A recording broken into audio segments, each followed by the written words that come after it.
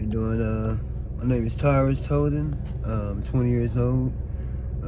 Currently, right now, living in East St. Louis. Actually grew up in East St. Louis, located in Parkside. Um, as of right now, I am out early at the McDonald's. I was coming to maybe see if somebody might can help me out with maybe something to eat. Due to my situation right now, things are a little tough for me. So I tend to try to find little small hustles to do, to make some extra cash so I can give myself some, maintain some food and stuff like that. And as far as living wise, I am currently trying to find somewhere to stay, but I am house hopping, but I am currently staying safe at least. Um, as a young person like me, I do keep my mental state. As far as health wise, I do try to keep a good healthy life while out here, doing what I'm doing.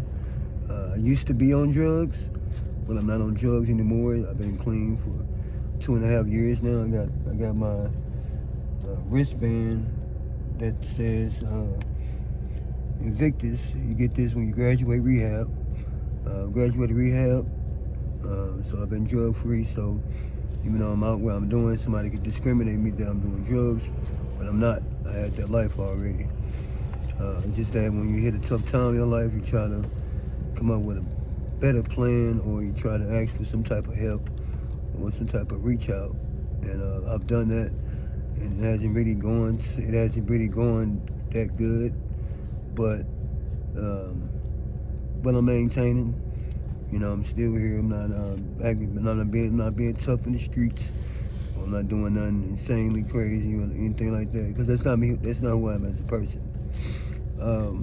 I have 4 siblings. I got all four brothers. I don't have no sisters. I am the youngest out of 4, so that make 5 of us. And I was the last one at home. And it's probably been about a year and a half now since I've been out from my mom's house. So when I got out from my mom's house, I would say I wasn't ready. I think that's why I'm in the situation I'm in now. I wasn't ready to just up and go like that fast, that quick. Which put me in a situation where I'm in, because I thought I had it all going on. I thought I had it all figured out. So that led me to house hopping. So ever since then, from that point, things slowly just go down the road for me, because of all that house hopping and trying to find a job where I stay at different locations, and trying to just get by. All this stuff going slowly down the hill for me, and that's where things started to get a little bit real tough for me. Where it got, for a 20-year-old, that stuff it gets a load on you. It gets real stressful. So I started to just probably let things go. I started just going with the flow. I stopped doing things I'm usually doing. I started lacking on a lot of things, which led me, what I'm saying? So I could beat myself up about it, but at the same time, I know why I got myself where I'm at now. Now, there are things I could try harder to do to get out where I'm at, get out of the situation I'm at, but I just didn't put that time and energy and effort to do it at the moment, because as of right now, I'm starting to get very addicted to being alone. Being alone is I've always been like that for a while. Always been, because ever since I've been the last one at home, out of all my brothers, I got addicted to feeling alone. I started liking being alone. So like right now, I kind of like being very distant, just even my family sometimes, because I don't want to deal with I don't like hearing all the talking and advice and all that kind of stuff. So me being alone, it kind of helps me, but at the same time, me being away from like that, people I know and love, it's kind of selfish. So I battle with that selfishness and being alone. But then at the same time, I feel like this is just temporarily for me, because I'm smarter than that. I know what I need. I know what I got to do. At some point, it's gonna be time to wake up. I know these things, and that's why I know it's just temporarily. And so, um, but at the same time, um, I do care about myself. I do respect myself, and I just don't give myself out just easily. I don't give information on myself just easily. I don't just give who I am as a person out to anybody. Even when it comes to just ladies or women, I don't just give myself out that easy. So I always want to always respect myself as a person, and like I said, I'm always keep my mental state, because I feel like if I lose who I am as a person, then I lost my whole self. I'm not Tyras anymore. That would devastate certain people. It's not because I'm doing it for somebody. Just like I said, respect myself. I do stay up to date with things. I always stay updated with the current, whatever's going on current, so I could be, educated on either the drugs, drinking, whatever it is, people, whatever it is, so I can keep myself in a better position and safe out here while I'm doing what I'm doing. But I do try to make money the right way. I don't try to, like I said, do anything, bad. I'm not violent at all. I'll maybe ask certain guys or people that have like any work I can come do for them, make the money the right way. And sometimes, usually, maybe a blessing might come through where I might not have to do no work for somebody. It might just come to me. But I don't bank on that. That's not my pet peeve at all when I wake up. Difference is that people might get up and go hit the clock. Difference is me, I get up and go and just ask for a clock, to make some money so I can maintain the things that I need throughout the day. But this is it's not something I want to definitely live on for the rest of my life. Obviously, this is just temporarily. And when things get hard for me, I tend to distance myself, and I feel like that's what's going on with me right now. I'm distancing myself from people that will help me. But it's just that, I guess, the guiltiness of them helping me, that's where I just ain't really tapped into, because it's just the guiltiness. But it's just a feeling. It's not an action. A guiltiness is just a feeling, but it's not really an action, meaning that it's not really nothing that you can do to you. But it's just something that I'm dealing with. I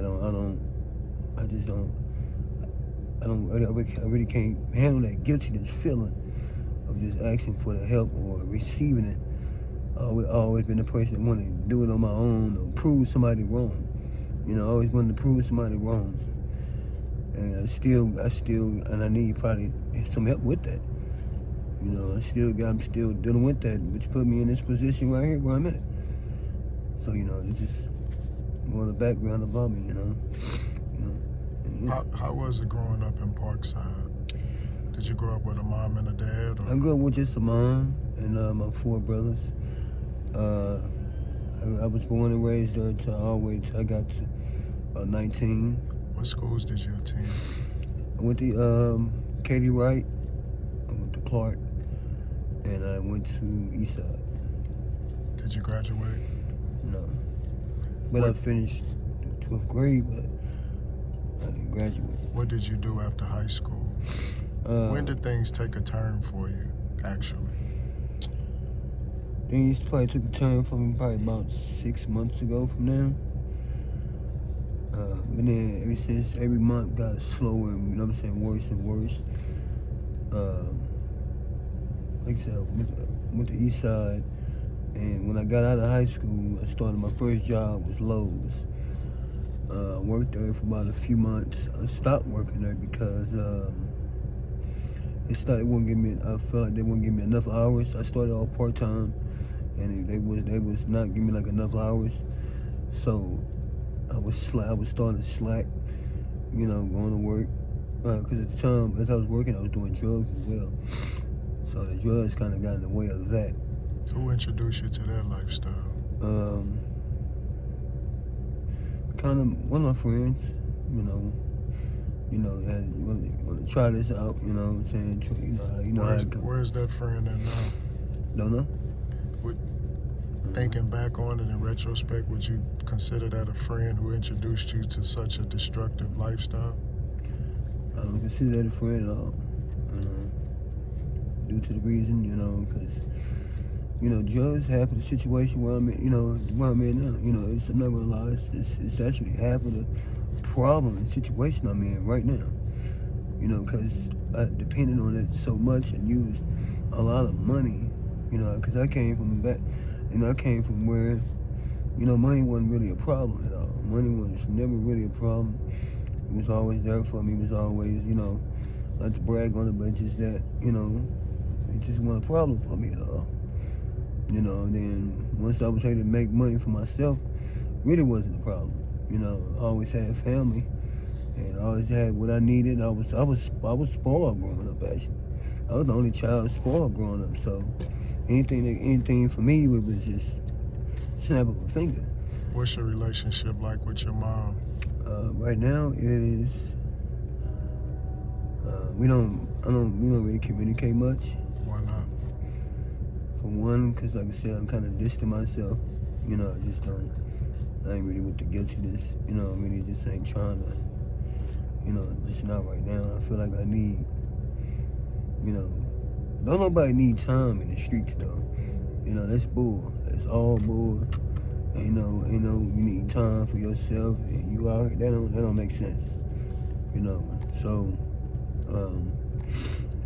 Just the relationship we got, we're not. It's not like we got bump heads or anything. It's not like that. I'm always welcome to, come around. You know what I'm saying? It's nothing like that. It's all. Everything is good, but it's just that. It's just what I'm choosing to do. So you choose to house hop instead of be at your mom's house. Well, that's the point. She's done with having her kids at the house. Two, if you are gonna come back, you need to have all your shit together. You know what I'm saying? You gotta pay $150 a month.